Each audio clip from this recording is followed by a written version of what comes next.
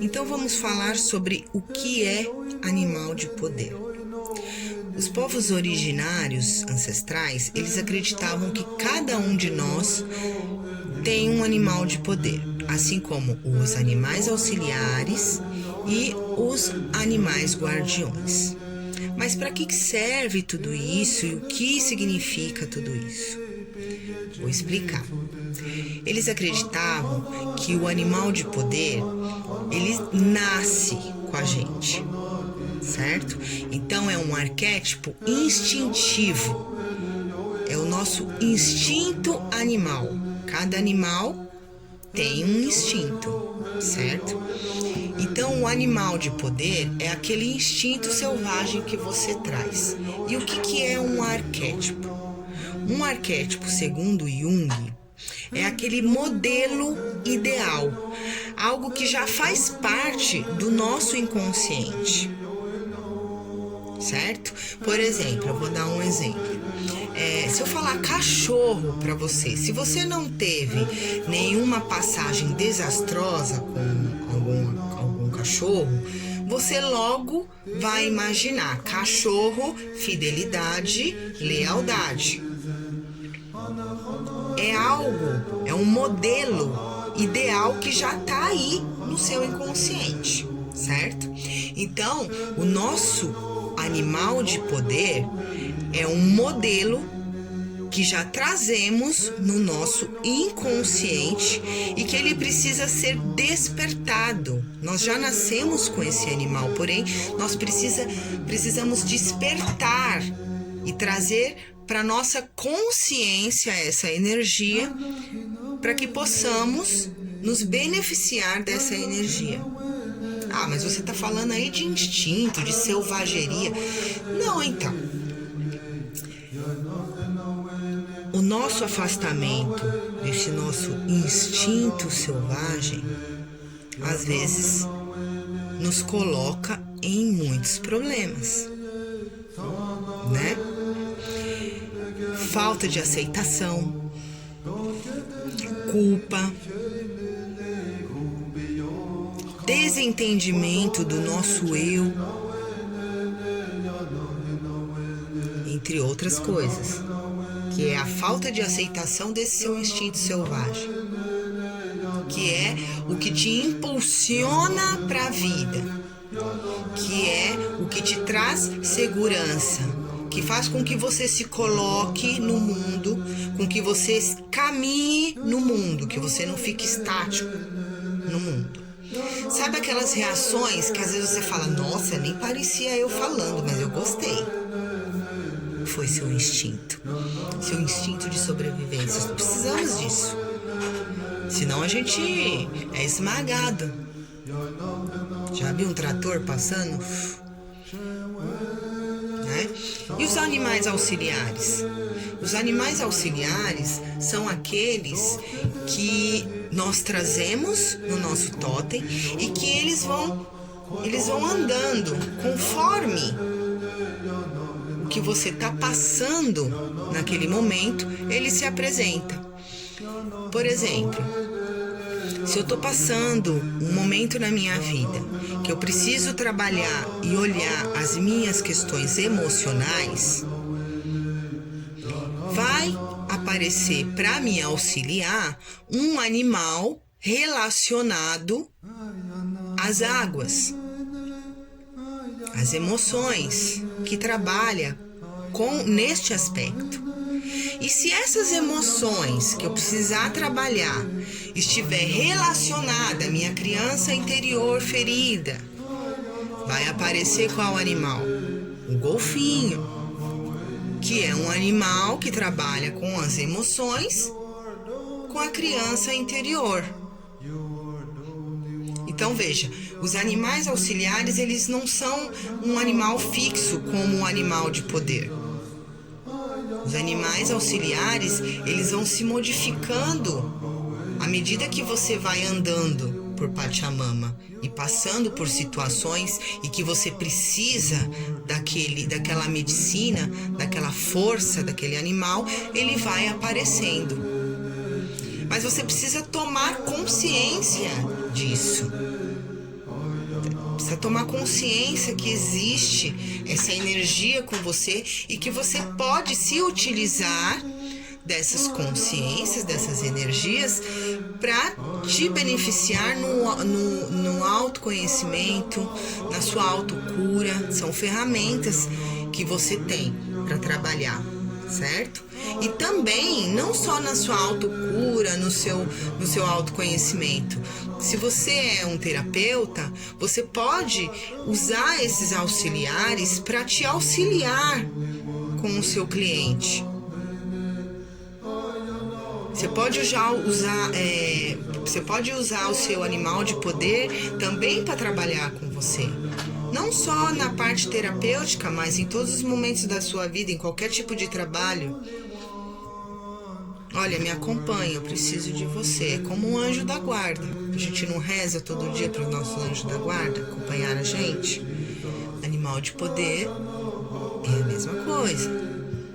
Os auxiliares depende daquele momento em que você está vivendo. Às vezes você nem precisa pedir para ele aparecer. Os auxiliares, eles aparecem porque eles já sabem que você está precisando daquela energia, né? E os animais guardiões são aqueles que te guardam. Te guardam tanto no mundo espiritual como no mundo material, mundo físico, né? Que às vezes são animais guardiões ancestrais, dependendo da sua missão.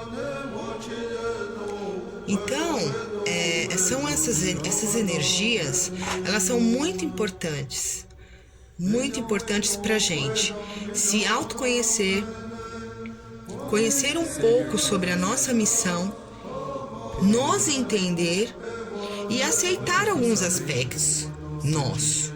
Por exemplo, eu vou dar um exemplo meu.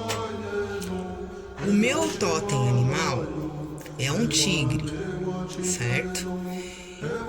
E ele tem alguns aspectos que eu trago esse aspecto instintivamente, inconscientemente, né? Então, veja, eu tenho 4 filhos. E eu ficava sempre me martirizando, me culpando, porque eu não conseguia ser aquela mamãe galinha. O que é a mamãe galinha? A mamãe galinha é aquela que coloca todos os seus filhos embaixo das suas asas e faz tudo pelos filhos. Não importa a sua idade. Ela vai viver e morrer pelos filhos. E eu queria ser uma mamãe galinha. Mas eu não conseguia e eu não entendi o porquê. Então eu achava que tinha algo errado comigo. Ou que eu não teria nascido para ser mãe, ou alguma coisa, ou algum distúrbio mental, alguma coisa desse tipo. E aí quando eu comecei a me aprofundar nos aspectos do meu animal de poder, o que eu compreendi? Que o tigre, ele é um animal solitário e que ele cuida das suas crias até os 2 anos de idade. Depois ele coloca os filhos para correr. Mesmo aqueles filhotes que não quer, ela coloca para correr. Por quê? Porque ela já sabe que eles estão preparados para o mundo. Então veja, ela sabe que até os 2 anos de idade, os filhotes precisam dela. Depois disso, não mais. E aí, ela coloca os filhotes no mundo selvagem. E vai viver sozinha. Os tigres, eles não vivem em comunidades. Eles são animais solitários. Então, essa é a minha natureza instintiva. Então não adianta eu brigar comigo, não adianta eu ficar com culpa. Então quando eu entendo que a minha natureza instintiva é assim, eu passo a me aceitar. porque isso é inerente, é intrínseco a mim. E eu preciso dessa energia para que eu possa levar a minha missão de vida adiante. Entende? Como é importante não só trazer para a sua consciência o seu animal de poder, mas estudá-lo, compreendê-lo, para colocar na sua vida, para entender você, seus aspectos e aceitar também. Porque enquanto eu estava lá negando esse meu instinto, eu estava em sofrimento, porque eu estava cheio de culpa, me cobrando, querendo ser e ter uma personalidade que não é minha, que eu acho muito bonito, mas não é minha, não me pertence, então não adianta. Não adianta eu querer ser uma mamãe galinha se eu sou uma mãe tigra. Tigra é mal, né? Se eu sou uma mamãe tigresa, entendeu? E aí a gente acaba, às vezes, entrando num ciclo de sofrimento desnecessário. E quando a gente tem essas ferramentas poderosas do xamanismo, a gente começa a ver que as coisas são muito mais fáceis do que a gente imagina. Começar a nos compreender já é o primeiro passo para o autoconhecimento. Porque não existe autoconhecimento sem a compreensão. Sem a compreensão do que eu sou, do que eu trago. E negar essa parte instintiva também é um erro. É um erro também. Ah, mas a gente tá em 2020, você vai me falar de instinto? Sim, o instinto ele é muito importante. Tanto é que no direito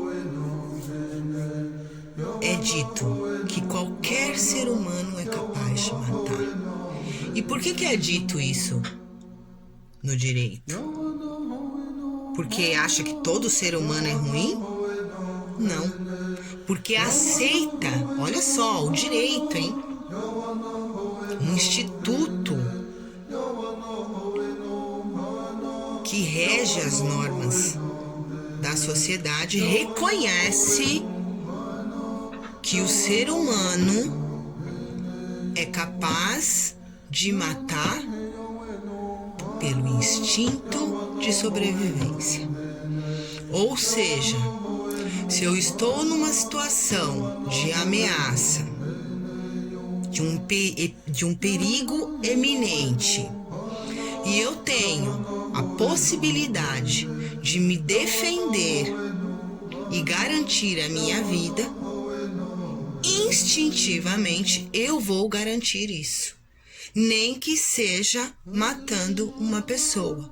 Que é naqueles casos em que a gente vê que a pessoa ela foi atacada, né? E ela viu uma pedra. E ela pegou aquela pedra e tacou na cabeça da pessoa. E a pessoa morreu. Ou seja, ela quis fazer aquilo. Ela pensou para fazer aquilo. Se ela tivesse pensado, ela teria morrido, que a pessoa teria atacado ela primeiro. Ela agiu instintivamente para assegurar a vida dela. Ah, mas isso daí... Não pode, isso aí... Gente, isso é o instinto de sobrevivência. É um instinto de sobrevivência, é esse instinto que nos impulsiona para a vida. Então, em síntese, o animal de poder, ele é o seu poder instintivo, que ele fica guardadinho lá no seu inconsciente e que é necessário que, para ele ser efetivo na sua vida, começar a exercer sua função na sua vida, que você traga ele para sua consciência, ou seja, despertar o seu animal de poder, certo? É um arquétipo. E o que é um arquétipo? Um arquétipo é algo que surge na nossa cabeça automaticamente. Vou dar um exemplo. Por exemplo, o cachorro. Quando eu falo cachorro, se você não passou por algum evento desastroso com esse animal, assim que eu falo cachorro, já vem lealdade, o melhor amigo do homem, porque é algo que já tá lá no seu inconsciente. Mesmo que você não tenha essa consciência, tá lá no seu inconsciente no automático. A imagem do cachorro que passa a lealdade, o melhor amigo do homem, fidelidade, certo? Então, o arquétipo é isso. É algo que surge na sua cabeça automaticamente, sem que você saiba explicar o porquê. Entendeu? Você pode pensar em algo agora. Por exemplo, eu vou falar pra você. Pensa numa cobra. Algo já veio aí na sua cabeça. Certo? Então isso é o arquétipo. É algo que vem automaticamente, sem que você explique o porquê veio isso, esse entendimento para você. Aí vocês podem me perguntar, tá, mas a partir do momento que eu descubro, trago para minha consciência o meu animal de poder, meu animal, qual clã eu pertenço, quais são os meus animais auxiliares, quais são os meus animais guardiões, como é que eu faço? Para que você consiga se conectar com essas energias, é necessário que você alimente-as, né? Ai, alimentar? Como é isso? Gente, tudo muito simples, é tudo muito no mental, né? Você pode, por exemplo, você sabe qual é o seu animal de poder. Você vai estudar sobre ele. Então você vai ver na vida selvagem como é que ele vive, qual ambiente ele vive, se ele vive na selva, se ele vive numa mata, se ele vive em água salgada, num rio. Você vai estudar sobre o seu animal, como é que ele vive na vida selvagem, o que ele come, do que ele se alimenta, né? O importante, gente, é você não querer domesticar o seu animal de poder. O que é domesticar? É você querer fazer com que um urso panda vire um ursinho puff, né? Ou seja, um urso panda, ele tem certas características, vive num certo meio e se alimenta de certas coisas. E aí, quando você for trazer essa realidade pro mental, é isso que você tem que trazer. Aí eu vou falar pra você, olha, sabe o que você faz? Você pode levar o seu animal de poder pra passear. Quando você imaginar que está levando o seu animal de poder para passear, você não vai levar ele para passear no shopping. Você não vai imaginar, fechar os olhos, imaginar que você está no shopping com ele. Não. É um momento seu e dele. Então, é um momento de você dar para ele aquilo que ele gosta. Então, qual é o habitat natural dele? Então você vai imaginar que você tá lá no habitat natural dele, que ele tá se alimentando daquilo que ele gosta. Ai, mas poxa, meu animal de poder é um sapo. Eu vou imaginar eu e ele numa lagoa comendo mosca? Sim. Vai imaginar vocês dois numa lagoa e eles se deliciando com as moscas. Ele precisa disso. né? Aí você imagina vocês dois brincando, imagina você incorporando, né? Os aspectos do sapo, as mãozinhas. Isso é trazer mais para perto essa energia animal para você. Não adianta você querer trazer e levar ele para passear num shopping, querer domesticar, porque assim, pro shopping ele já vai com você naturalmente. Se você estiver bem conectado com o seu animal de poder, onde você for, para onde você estiver, ele está presente, ele está junto com você, tanto o animal de poder como o animal guardião, como também os animais totens do clã que você faz parte, que também é muito importante também saber qual clã você pertence, né? Os clãs estão ligados aos elementos, aos elementais da natureza: terra, fogo, ar, água, né? Que são aspectos que traz os poderes medicinais que você trabalha.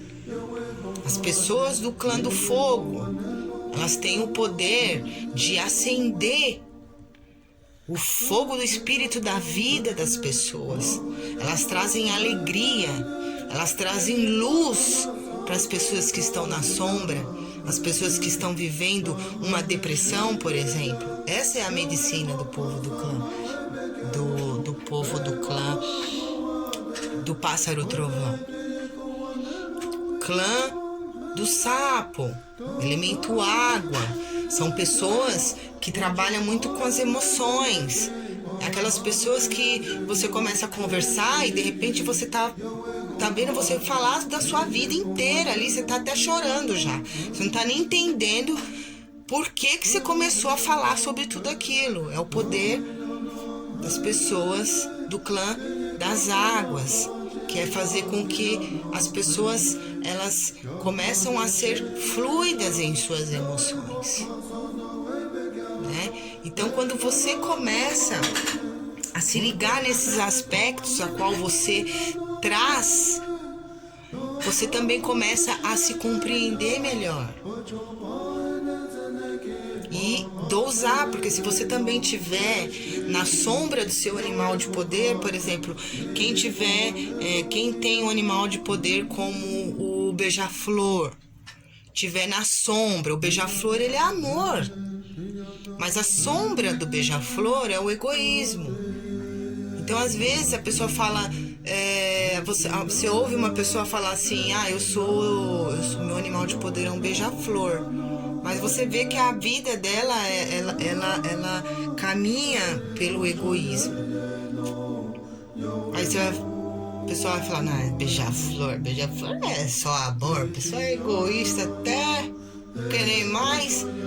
Não, sim, ela é realmente, o animal de poder dela é realmente o beija-flor, mas ela tá vivendo o aspecto sombra do animal, que aí ela precisa equilibrar, né? Por exemplo, quem é do clã do sapo, se tiver muito nas emoções, estiver muito em desequilíbrio, na sombra, vai ser aquela pessoa melancólica, pessoa vitimista. Se tiver muito lá, o pessoal do clã do fogo, se tiver muito, sabe, no aspecto sombrio do pássaro trovão, vai ser aquela pessoa que queima tudo que vê pela frente, passa por cima de qualquer um. E são pessoas que levam uma vida sexualmente muito ativa, colocando até a sua vida em risco. Então, tudo em Pachamama tem a sua dualidade. Não é só nós, seres humanos, que temos o seu lado luz, sombra, feminino, masculino, tudo. As plantas têm seus aspectos positivo e negativo, os animais têm os seus aspectos negativos e positivos, porque tudo aqui em Pachamama é dual, tudo aqui tem a sua dualidade, né? E a gente caminha para a unicidade. Então a gente passa por Pachamama para purificar, para aprender a lidar com a dualidade, para fundir essa dualidade e então, quiçá, numa dessas rodas sansáricas, a gente consiga essa unicidade, né? Que Buda conseguiu, Cristo, né? Voltar ao nosso estado crístico. Numa dessas rodas sansáricas, a gente com certeza há de conseguir, né? A gente pelo menos trabalha para isso, né? Então é isso. Qualquer dúvida, deixa suas dúvidas aí, tira as dúvidas com a gente, tá bom? Não sei se fui clara, mas se não fui também é só perguntar e a gente tira as dúvidas, tá bom? Um grande abraço. Até mais.